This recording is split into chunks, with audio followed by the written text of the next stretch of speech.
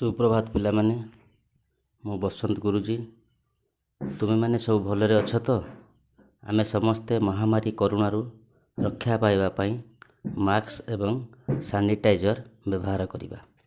आज आमे प्रथम श्रेणीर विज्ञान बहिर प्रथम अध्याय पढ़िबा। आजिर विषय स्वास्थ्य और रोग।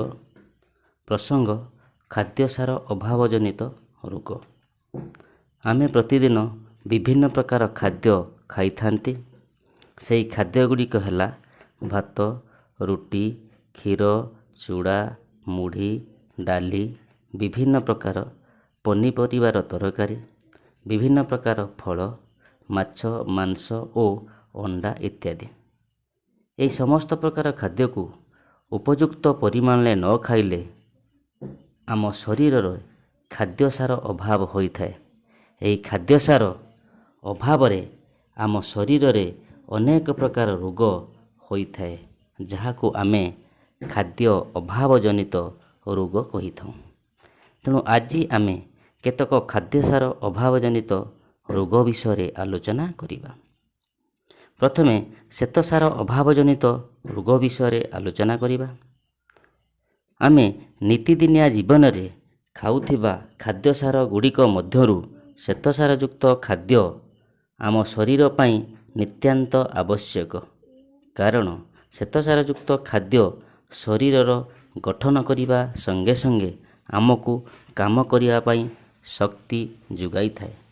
जदि आम खाउथबा खाद्य श्वेतसार खाद्यर अभाव देखा दिए ताहले आमको अनेक रोग होता है। सेही रोग मानक मध्यरु मारास्मस रोग अन्यतम। मारास्मस एमिति एक रोग जहाँकि थरे हेले ता एते शीघ्र ठीक हुए नाही। एही रोग होइथिबा शिशु भविष्यत रे समाज पाई एक अदरकारी मनीष भाव में परिगणित हुए। एही रोगर अनेक लक्षण देखा मिलता है। से लक्षण गुड़िक है प्रथमतः शिशुर गुड़ और हाथ सरू हो जाए। द्वितीयतः शिशुर उच्चता बढ़े नाही एवं शिशु को बारंबार भोक लगे। यही सबु लक्षण देखागले आमे जानिबाकू पाइथाऊँ जे शिशुटी को मारास्मस रोग होइछे। तेणु मारास्मस रोगरू मुक्ति पाइबा पाई आमे श्वेतसार युक्त खाद्य खाइबा नित्यांत आवश्यक। एबे आमे पुष्टिसार अभाव जनित रोग विषय आलोचना करिबा। पूर्वरु आमे जानिथिले पुष्टिसार युक्त खाद्य खाइबा द्वारा आम शरीर वृद्धि हेबा संगे संगे शरीर जेकोसी क्षत पूरण रे साहाय्य करिथाए। जदि आमे ठीक परिमाण में पुष्टिसार युक्त खाद्य न खाइबा ताहले आमको क्वाशियरकर नामक एक रोग होता है। यही रोग हेबा पूर्वरु रोगर किछि लक्षण आमे देखिबाकू पाइथाऊँ। पिलामाने सेही सबु लक्षण गुड़िक निज खातारे लिखि नबा।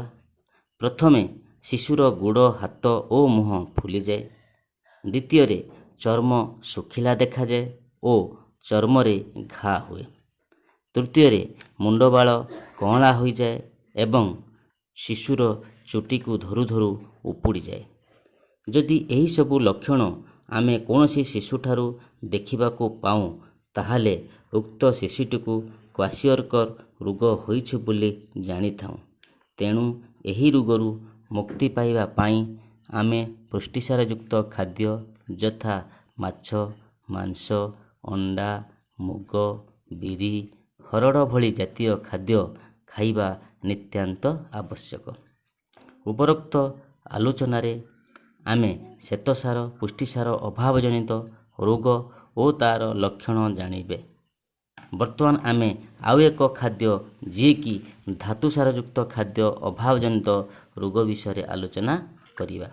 धातुसार एमिति एक खाद्य जहाँकि मानव समाज पाई नित्यांत आवश्यक। आमे खाउथिबा साग, क्षीर, कदली, चुना माछ, अंडा आदि रे धातुसार परिमाण अधिक थाए।